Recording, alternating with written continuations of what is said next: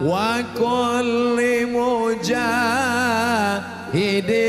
لله بأهل البدر يا الله. Tentang sikap terhadap wabah penyakit bil khusus yang sedang terjadi, corona sekarang.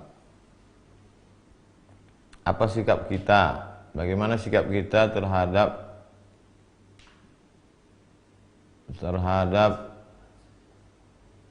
beberapa daerah yang mengosongkan masjid, tidak melaksanakan sholat Jumat dan sholat berjamaah? Apakah sebaiknya kita sholat ke masjid atau di rumah pada saat bencana, pada saat wabah? Maka Nabi SAW sudah mengajarkan kepada kita dalam Sahih Bukhari dan Muslim, idza sami'tum bihi ta'un, idza sami'tum bihi, kalau kamu mendengar ada bihi di situ maksudnya ta'un, wabah, bencana, musibah, penyakit, bi ardin, pada suatu daerah, la taqdimu alaih, jangan kamu datang ke sana. Kita sudah tahu di daerah itu ada wabah penyakit, maka kita jangan datang. Wa idza waqa'a bi ardin wa antum biha, kalau kamu berada di suatu tempat dan di situ ada wabah penyakit, fala takhruju firaran minhu, maka jangan keluar dari daerah itu.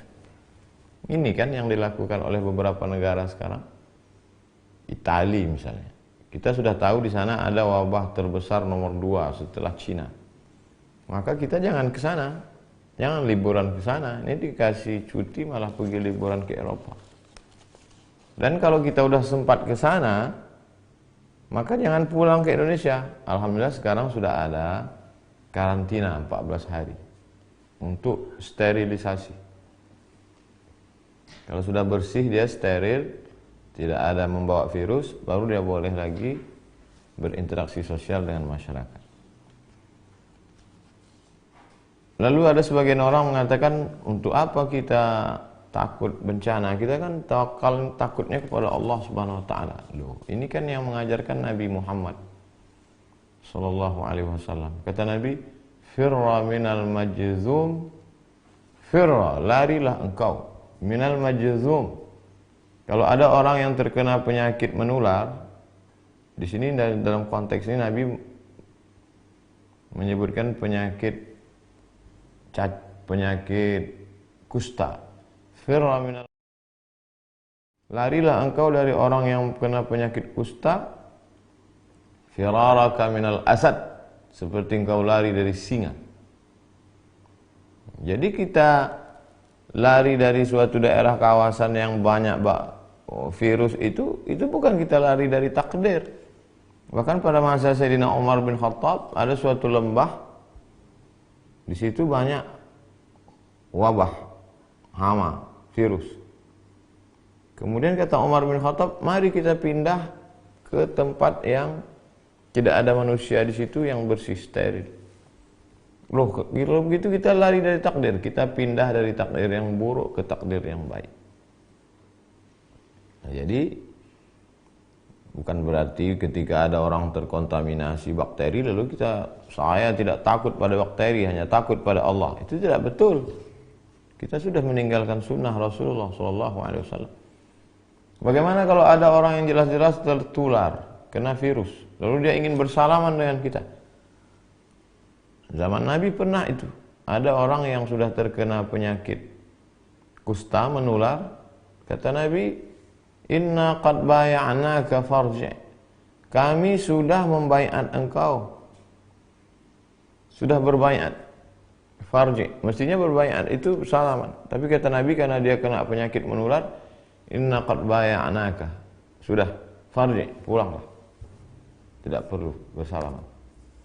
Jadi yang kita lakukan hari ini, tidak berinteraksi sosial dengan orang yang dikhawatirkan menularkan virus, tidak bersalaman, bukan meninggalkan sunnah, justru sedang melaksanakan sunnah. Apakah wabah ini hanya baru sekarang terjadi?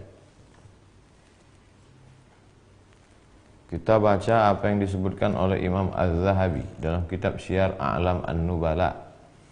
Wa kana al-qahtu 'aziman bi Misra. Pernah suatu masa terjadi di Mesir itu masa paceklik. Wa bil Andalus. Tidak hanya di Mesir, sampai ke Andalusia, Spanyol. Mesir, Libya, Tunisia, Aljazair, Maroko, Spanyol. Wa ma'ahida qahtun wala waba'un mithlu.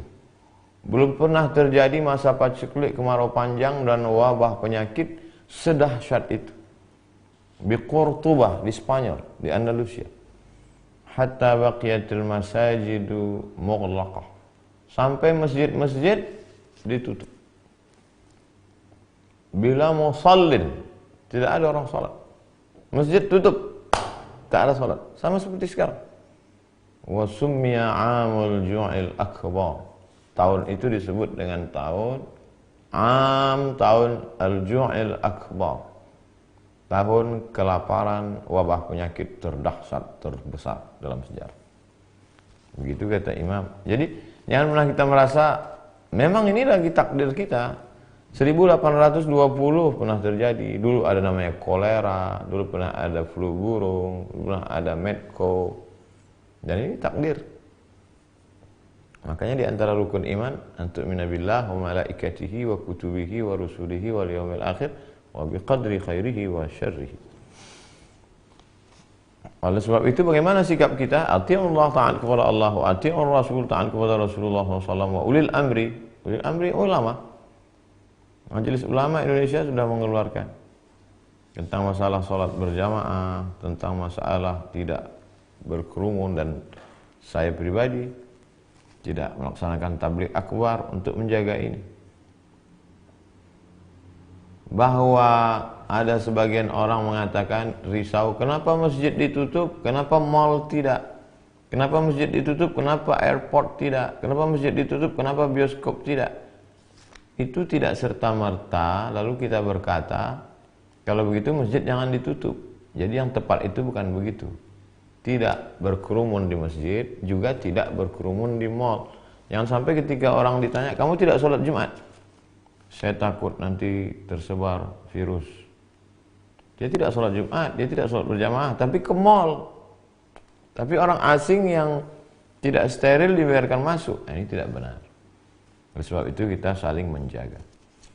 Saya percaya kepada Majelis Ulama Indonesia dan khusus Mesir, karena saya alumni Al-Azhar, ikut Hay'atu Kibar Ulama Al-Azhar. Saya sebagai orang yang awam, tidak berilmu, ikut ulama-ulama guru-guru kami di Azhar yang sudah mengeluarkan keputusan pada tanggal 15 Maret 2020 tentang gugurnya sholat Jumat dan sholat fardu. Perlu kita pahami bahwa korban akibat virus corona di Mesir jauh di bawah Indonesia. Coba lihat pengumuman, paling tinggi di atas Cina, setelah itu Italia, setelah itu Iran. Kita Mesir jauh di bawah. Oleh sebab itu Mesir saja langkahnya begitu, apalagi kita. Wallahu a'lam bishawab. Assalamualaikum warahmatullahi wabarakatuh. Waalaikumsalam warahmatullahi wabarakatuh.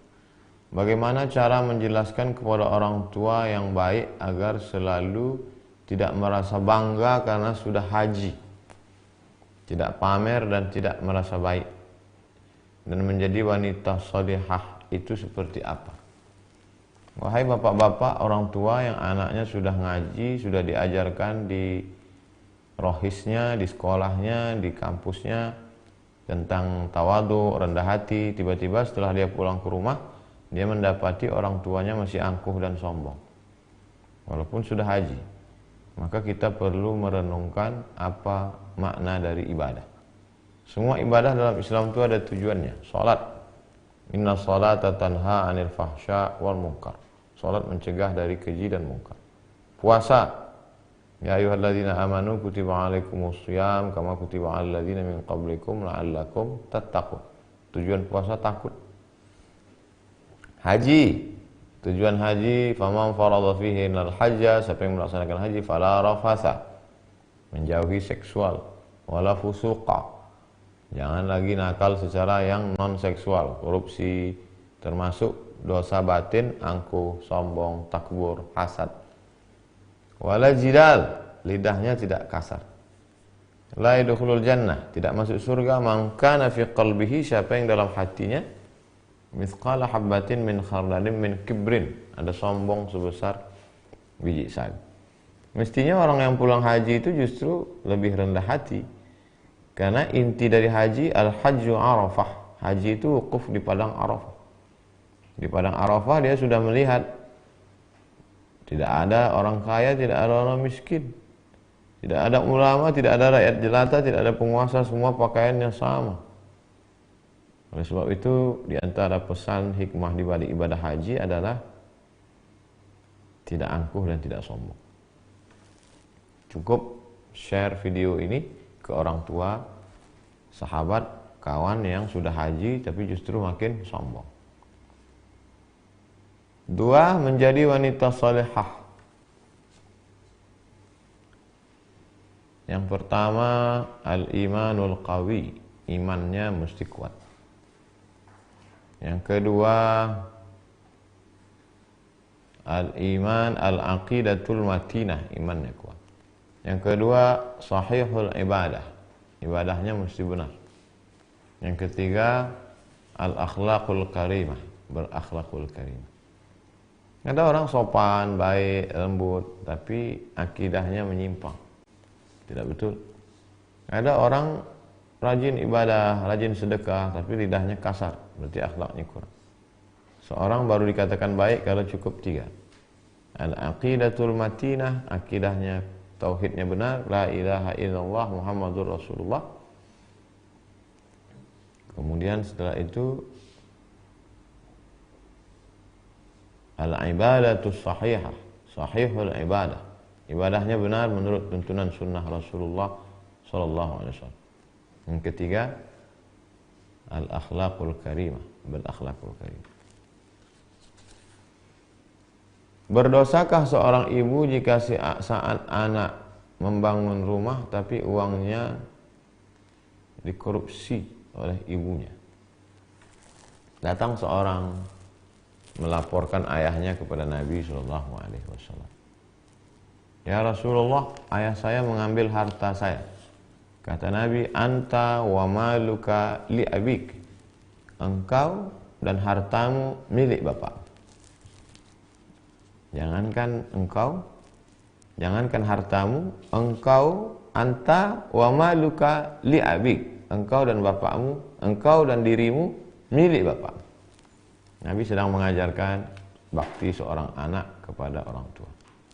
Tapi pun meskipun begitu, tentu ada batas kewajaran. Kira-kira yang wajar itu berapa? Kalau sampai di atas lebih dari kewajaran, tapi jangan gara-gara itu sampai seperti yang kita lihat di pengadilan. Seorang anak menuntut ibu hanya karena sebatang kayu yang dipotong. Oleh sebab itu tidak benar. Jadi dalam hal ini mesti dilihat batas kewajaran. Ibu mengambil uang untuk keperluan dia sehari-hari. Kira-kira batas yang normal, yang wajar itu berapa untuk kebutuhan seorang ibu? Makannya, pakaiannya, dia ambil, baik. Tapi lebih daripada itu, maka mesti diberitahu. Bukan anak yang beritahu, tapi ada orang lain yang ucapannya didengar oleh si ibu. Wallahu a'lam bishawab.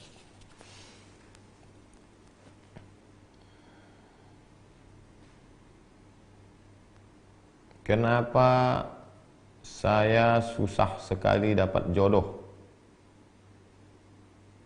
Jodoh itu bagian dari rezeki.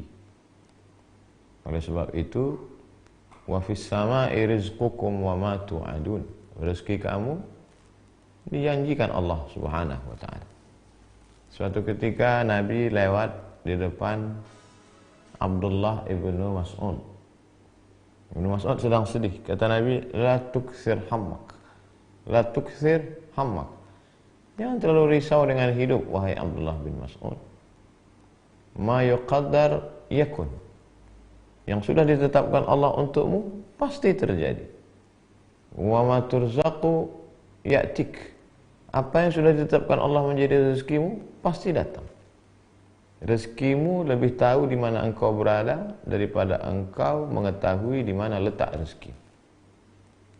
Oleh sebab itu, di situlah letak keyakinan, di situlah letak iman. Alimtu anna rizqi la ya'khudhuhu ghairi fatma'anna qalbi. Aku tahu bahwa rezekiku tidak akan mungkin diambil orang lain. Fatma'anna qalbi, hatiku menjadi tenang. Begitu kata Imam Al-Hasan Al-Basri. Tapi tetap ada ikhtiar dan usaha. Idza sa'alta fas'alillah. Jangan pernah bergantung kepada manusia. Kalau minta sesuatu, mintalah kepada Allah. Idza sa'alta, minta fas'alillah. Wa idza sta'anta, minta tolonglah kepada Allah Subhanahu wa taala. Wallahu a'lam bishawab. Amin. Salamullah ala taha rasulillah.